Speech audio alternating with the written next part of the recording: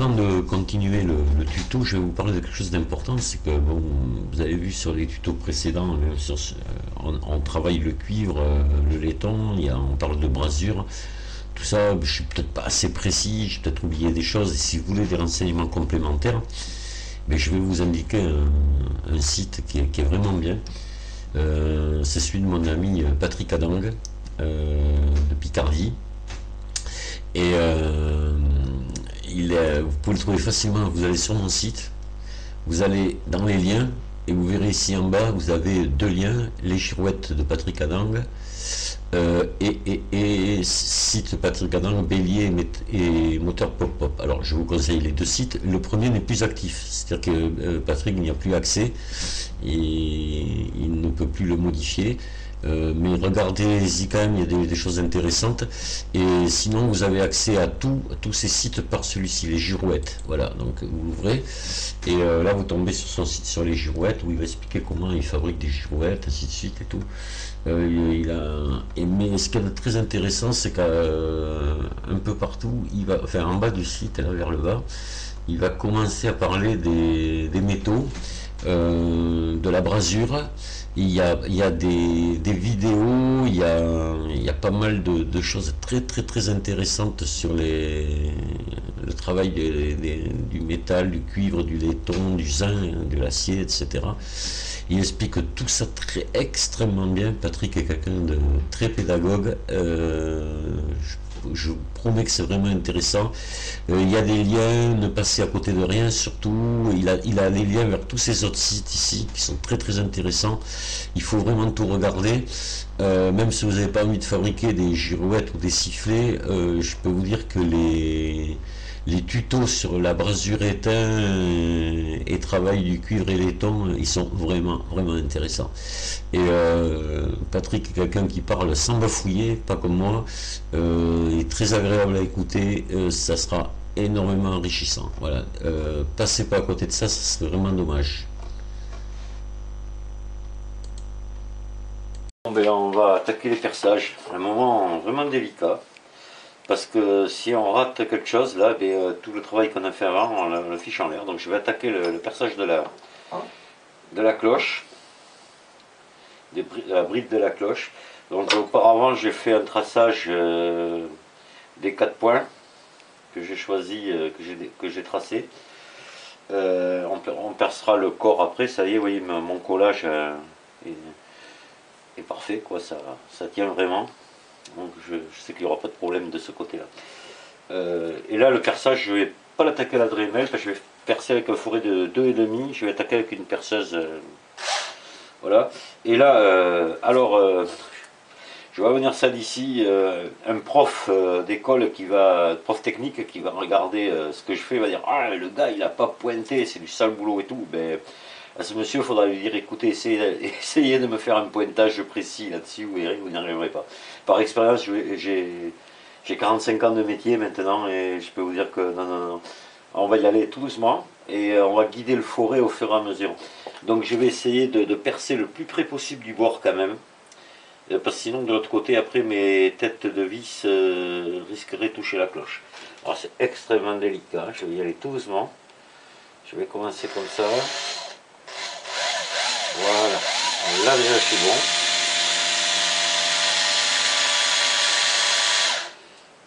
Voilà, celui-là il est parfait, bien au bord, sans pour cela mordre dans le... Je vais me tracer les 4 comme ça. Et oui, monsieur le professeur, sans mettre de coup de pointeau, il faut pas là.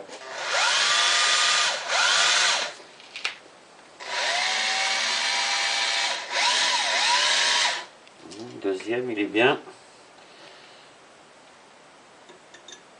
Pourquoi je me les marque d'abord? C'est tout simplement que c'est tracé au crayon, et qu'en travaillant, je vais finir par effacer mes traçages, donc je préfère me les marquer. Vous voyez là, je m'incline un peu parce que je suis un peu trop loin du bord, et je vais revenir vers le centre.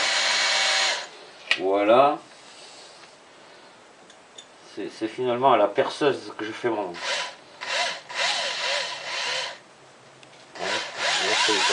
Voilà. Je dirige tout doucement. Voilà. Alors, ils sont bien tous les 4. Là maintenant je peux percer. Alors je perce à 2,5. Hein.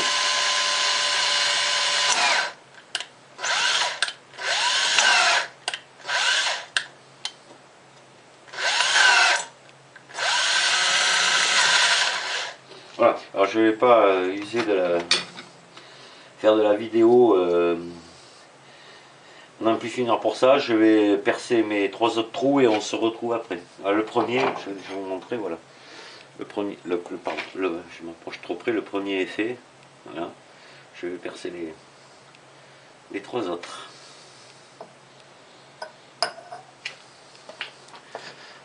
Alors voici, ça y est, j'ai percé mes 4 trous, c'est parfait. Et là maintenant, il va falloir que je vienne les tracer ici sur mon corps de bélier. Alors là, là je peux pas passer un crayon, rien. La cloche me gêne, donc là il faut que je trouve une solution. Alors, la solution que j'ai trouvée moi, c'est tout simplement, on va se fabriquer un pochoir. Hein.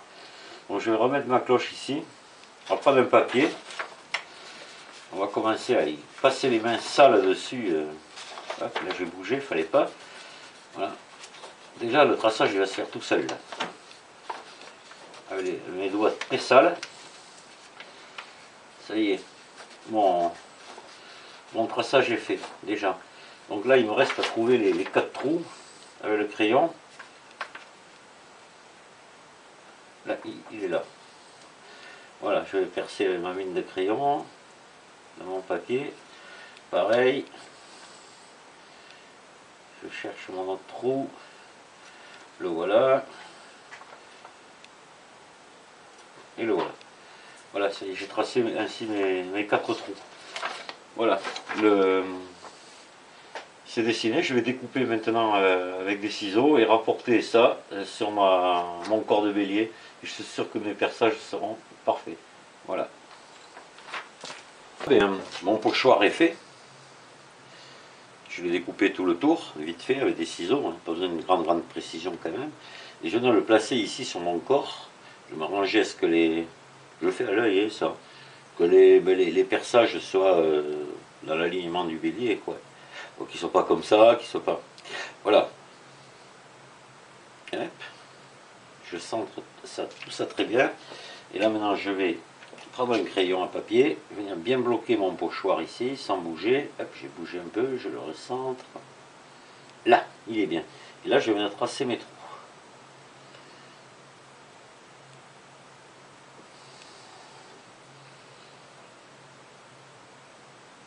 Attention, c'est une opération vraiment délicate, il ne faut pas se manquer. Parce que là, on recommence tout. Hein. Après, si les perçages sont ratés, alors là, on fout tout notre travail en l'air. Voilà, je vais regarder si ça a bien marqué. Voilà, c'est parfait, parfait, parfait. Ça a bien marqué partout. Et là, maintenant, on va recommencer l'opération de perçage très délicate, toujours à 2,5. On va percer ça. Alors, je le serre même pas à l'étau, hein, parce que je risque d'abîmer quelque chose. Je me demande si même je vais le faire hors caméra maintenant. Je vais plutôt me mettre ici sur ma partie bien plane, là, sur ma plaque qui me sert un peu de marbre là. Et tout doucement, mais la même méthode que j'ai fait pour percer la cloche, sans pointer. Hein, je vais diriger mon forêt tout doucement au bon endroit et percer mes 4 trous. Voilà. Percer les 4 trous dans le corps. J'ai fait une petite vérification, je suis bien en face de mes trous de cloche, il n'y a pas de problème. Donc mes petites vis de 2, alors bien sûr il y aura un sens après, parce que là les traçages je les ai pas fait, je les ai fait un peu au pif. Hein. Donc il y aura un sens pour la cloche, pour le mettre, il suffira de le retrouver. Là par exemple là je suis pas bon, je refais un quart de tour, je suis pas bon. Je refais un autre quart de tour, ah c'est parfait, voilà. J'ai 4 trous pile en face, voilà. Donc ma cloche sera dans cette position là de façon définitive. Voilà. C'est fait. Mais maintenant on va attaquer les perçages du clapet de choc. Là je vais me servir de mon pochoir que j'avais fait de mon ancien bélier, de mon premier bélier, de ma première maquette, parce que j'ai repris strictement les mêmes dimensions. Donc je vais utiliser ce pochoir et je le rapporterai après sur le clapet de choc aussi quand il sera fabriqué. Donc Voilà. Et lui par contre je pourrais même je pourrais peut-être tracer directement sur le clapet. C'est-à-dire que mes trous étant faits ici, avec un crayon de l'autre côté, en tenant mon clapet de choc ici, je pourrais venir tracer depuis derrière. Hein, voilà. J'aurais même plus besoin du pochoir. Mais là déjà je vais m'en servir ici pour faire mon perçage, mon petit pochoir que j'avais fait dans le papier calque à l'époque, que j'ai ici. Vous ne devez pas voir ce que je fais, mais c'est pas grave. Voilà. Voilà mon pochoir. Donc je vais me servir de ce pochoir là pour tracer mes deux trous. Tant que j'y suis, je vais tracer aussi le trou central. Parce qu'après, ben, on va l'attaquer là. Et c'est toujours une certaine crainte de ce côté-là, parce qu'on a quand même pas mal encore de perçage à faire. Donc ben voilà, j'ai percé maintenant mes deux trous du clapet de choc, plus j'ai fait un avant-trou pour le trou central qui va déboucher dans le coude. Alors là, c'est là, opération très délicate, parce que je vais être obligé d'arriver à 8 de diamètre. Et je vais commencer peut-être à 5 voire 6 et après voir si mon trou est vraiment centré. S'il ne l'est pas, je vais plutôt y aller à la Dremel avec une petite fraise pour vraiment me tenir en face de mon coude, quoi. Parce que là c'est pas sûr que j'y sois vraiment. Voilà. Donc là c'est là qu'il faut y aller très doucement. On va faire très attention à ce qu'on fait et ce sera la même opération ici pour les autres trous qu'on a à faire là. Mais ça on va le voir après. Voilà, donc j'ai percé à 6 mm là. Je regarde, ça me paraît être parfaitement centré sur mon coude. Je suis parfaitement au centre du coude. Mais là, ce que je vais faire, je vais agrandir à 8, tout doucement, mais je ne vais pas aller jusqu'au bout. Et je pense que je vais le finir après doucement, avec une fraise sur la Dremel. Parce que là, je suis sûr de faire une bêtise. Le fourré risque de rentrer trop vite. Enfin, j'ai vraiment peur de faire des bêtises. Donc, juste attaquer au moins ma partie laiton. Et le cuivre, je le finirai tout doucement à la fraise. Bon, voilà, bon, je viens de faire ce que je vous ai dit avant, c'est-à-dire que j'ai percé à 8 mm jusqu'à atteindre le cuivre. Et là, l'intérieur, là, je vais l'attaquer avec une toute petite fraise que j'ai mise sur ma Dremel. Je vais y aller tout doucement. Je vais gratter,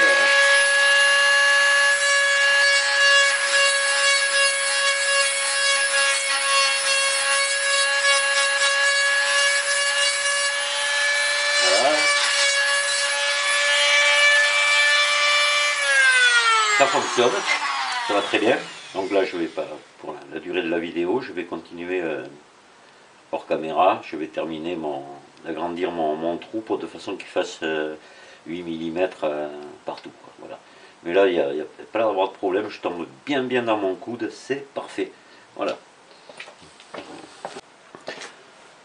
Bon, et voilà. J'ai terminé mon trou ici. Donc, pas de problème, avec la Dremel, j'ai réussi à une fraise à l'agrandir, et tout en ne passant pas à côté, évidemment, de l'autre côté, pas de problème. Bon, de toute façon, il y avait de la marche, c'est pour ça que j'ai dit qu'il fallait laisser beaucoup de soudure partout autour, enfin de brasure éteinte, au cas où on s'approcherait un peu trop près, qu'on ne tombe pas dans le vide, quoi, qu'on ne fasse pas un trou. Mais là, en plus, c'est parfaitement au centre, donc voilà. Alors maintenant, ce que je vais faire, je vais percer le petit trou ici, qui va déboucher dans le refoulement. Donc je vais déjà tracer l'axe, ici, bien en face. Là, je vais compter qu'il y a la bride, au moins ça. Voilà, je compte assez large, hein, parce qu'il ne faudra pas que le trou il tombe dans la bride, après, dans l'épaisseur de la bride. Voilà, donc, et après non plus, il ne faut pas qu'il soit trop près du centre, parce qu'il y aura quand même la petite lamelle qui va venir après, vous verrez. Donc là, je vais quand même me garder une petite sécurité. Je vais pousser d'un petit millimètre de plus. Je pense que si je perce là à 3 mm, alors ça c'est du pif, hein. C'est du traçage au jugé là, hein. Là, je vais tracer ma petite lamelle telle qu'elle devrait être là. Ah oui, j'ai la place là, c'est bon. On trouve être au centre, voilà. Alors, je pourrais tout aussi bien reprendre mon... D'ailleurs, c'est ce que je vous conseille de faire, hein. Vous prenez votre petit gabarit là, qui a été tracé, qui doit correspondre pile à la réalité. avec un tout petit emporte-pièce, vous faites sauter ici les trous et vous venez les retracer. Hein, voilà. Hein. Les emporte-pièces, soit vous le faites avec des tout petits tubes. Mais là, ici au milieu, ça serait 5 mm, il faudrait trouver un tube de 5, l'affûter parfaitement au bout, mettre l'emporte-pièce sur un bout de bois, un coup de marteau sur le tube et on vient faire un trou. Et après, je sais qu'il existe des mini emporte-pièces que les modélistes connaissent très bien. Voilà, il faut. Ce soir, on en aura après besoin pour les joints. Je vous ferai voir moi comment j'ai fait mes emporte-pièces. Bon, mais là, voilà, c'est chacun qui voit, comme on dit, midi à sa porte. Hein. Là déjà, si vous regardez bien, je suis à l'envers de ce que j'avais prévu au départ, parce que le refoulement, je l'avais prévu de ce côté, et finalement, je l'ai fait de l'autre. Donc ce trou-là, il faudrait qu'il soit de l'autre côté. Mais là, bon, voilà, à l'œil, hein, je vois, je garde ici mon épaisseur de bride, ici. Si je fais le trou ici, je suis bon. Voilà. Il faut bien calculer avant, parce que là aussi, il ne faudra pas se tromper. Alors, on va faire un trou de 3 mm. Je vais sûrement commencer avec ma mèche de 2,5 et... Bon, peut-être pas. Non, directement à 3 mm. Et après, on aura le trou central, qui va être un peu décalé vers l'avant ici. Voilà. Qui, lui, fera 5. Sur lequel la petite languette, on verra à la fin, viendra fermer... un peu ce qui se passe dans nos cœurs humains, c'est un peu le même principe, voilà. Les valves que l'on a dans le cœur, ça sera exactement le même principe ici. Voilà, la comparaison. Et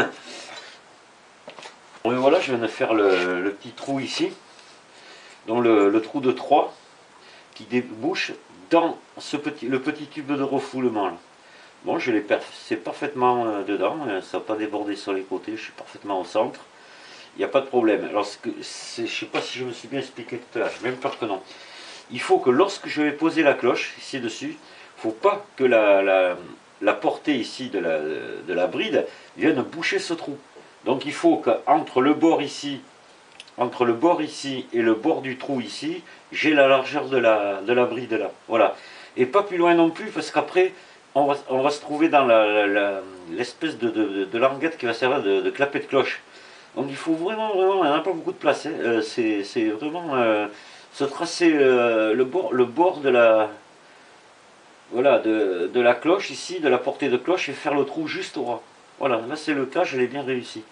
De toute façon, dès que j'aurai percé l'autre trou, ici, puisqu'il m'en reste un seul à percer, c'est le trou qui va plus gros, là, de 5 mm, qui va déboucher ici dans le tube du corps. Une fois que ça sera fait, je vais vous montrer un vrai bélier Walton, comment il est fait, et vous verrez que c'est exactement ça. Voilà. Bon, avant de percer, je vais quand même préciser un peu plus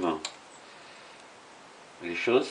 Voilà, donc là j'ai tracé une médiane, là, qui passe pile par le centre ici, le centre de mon trou. Donc on est dans l'axe de ce tuyau.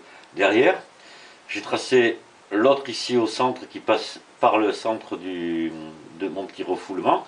Donc là, on est au centre. Et ici, j'ai tracé le bord de ma portée de cloche. Voilà. Et il faut que ce trou-là, le dernier trou qu'on va percer, se situe entre les deux. Voilà. Au centre. Voilà, il ne faut pas qu'il soit trop près de la portée de cloche et pas trop près du centre non plus. Donc entre les deux. Et là, maintenant, ici, là, j'ai fait un tout petit avant-trou. Je vais percer à 5 mm, de façon à tomber dans le corps ici, dans le tube du corps. Voilà. Bon, mais voilà, j'ai fini mes perçages. Voilà, j'ai percé ici donc à 5 mm. C'est parfait, je suis pile où je voulais, je débouche bien dans mon tube ici, il n'y a pas de problème. Tous les perçages sont terminés. Notre petit bélier maintenant il va pouvoir être peint. Voilà, on va le peindre en rouge puisque la couleur d'origine d'un bélier Walton c'est rouge. Et je vais peindre la cloche aussi. Et après on va partir sur la fabrication du clapet de choc. Et il y aura aussi la fabrication des joints. Là aussi c'est assez délicat. Bon, voilà. C'est pas grave parce que si on en rate un pour recommencer, c'est pas un problème. Voilà. L'opération délicate, c'était vraiment les trous, voilà, parce que comme je le disais précédemment, hein, il suffit de rater un trou, on a bousillé tout notre travail, quoi. Donc maintenant, je vais vous montrer un vrai bélier Walton. On va comparer, on va se rendre compte qu'on est exactement dans le même schéma de fabrication. Bon, et bien, voilà. Alors, c'est pas un Walton, c'est un Pilter, mais c'est exactement la même chose. Donc, des Walton, j'en ai aussi, mais j'avais un Pilter là dans l'atelier que je dois restaurer. C'est un Pilter numéro 5, ça. Voilà, que je vais. Numéro 4, pardon. Que je vais bientôt restaurer. Je n'ai pas grand chose à y faire d'ailleurs dessus. Voilà, donc ben, on se retrouve. On va mettre la miniature à côté. Hein. Voilà. On se retrouve exactement pareil. Donc, on a. Voilà, notre clapet de choc ici, qui lui sera ici, avec son perçage exactement pareil. Ici, ben, on a alors la différence qu'il y aura entre la réalité et notre maquette, nous c'est que voilà, ici il y a un joint qui vient tout le tour pour la cloche, et le clapet de cloche qui est séparé, qui est pas dans, qui est fixé par une vis ici. Nous, on pourrait le faire, mais c'est vraiment de l'horlogerie. Alors ce qu'on va faire, ben nous on va faire la même pièce ici. C'est-à-dire que ce joint, il va ici tourner, revenir là, faire ça ici comme ça. Voilà, ça sera le joint de cloche qui fera office de clapet de cloche. Donc ici on retrouve bien le trou ici, qu'on a fait nous là, voilà, le tout petit. On le retrouve ici et il débouche dans le refoulement là, voilà, comme exactement ce qu'on a fait. Alors sur les vrais béliers, il y en a deux, voilà, parce qu'ici ben, on peut s'en servir de purge, ça sert uniquement à ça. Nous on en a fait qu'un parce qu'on va pas quand même aller jusque là, ça servirait à rien pour une maquette. Et si on avait voulu vraiment rentrer dans les détails, oui, il fallait faire autre chose de l'autre côté. Mais bon, pour nous ça ira très très bien comme ça. Voilà donc. Vous voyez ainsi la différence de taille entre un authentique bélier Walton et le nôtre. Voilà, là on tombe vraiment dans la miniature. Bon ben voilà, j'ai préparé pour la peinture, donc un peu de papier de camouflage aux endroits où je ne veux pas peindre. Moi je suis un peu maladroit, hein. Donc j'ai d'abord fait un nettoyage avec du triclo, hein, ou non, de l'acétone, pardon, j'ai tout bien passé à l'acétone avant pour tout dégraisser. Donc je vais commencer par peindre le dessous, le retourner, peindre le dessus, on va laisser sécher et on fera deux couches de peinture pour notre petite machine. Voilà, à bientôt. Voilà, la première couche de peinture est faite, c'est tout rouge, je vois rouge. Alors, déjà, sur une première couche, vous pourrez constater, je ne sais pas si on voit bien la caméra, que les brasures sont devenues totalement invisibles. Sur la cloche, sur le corps, ben, il faudrait regarder dessous. Et vous voyez, regardez, c'est pas mal. Hein. Ouais, c'est le dessous ne se verra pas de toute façon. Voilà, c'est bien. Voilà, donc demain, je laisse sécher et demain la deuxième couche.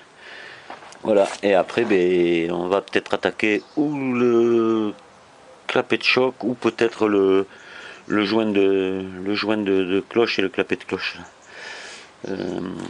Puis mettre aussi une chose importante, c'est qu'il faut arriver à se procurer de la petite visserie de 2 mm. Donc ça, faut voir du côté des sites de modèles réduits. Moi j'ai réussi à en trouver. Je les ai trouvés en inox en plus, comme ça ça rouillera pas. Elles sont un peu longues, il faudra que je les recoupe, mais ça on verra au moment du montage. On en parlera. Voilà, ben à bientôt. Au revoir.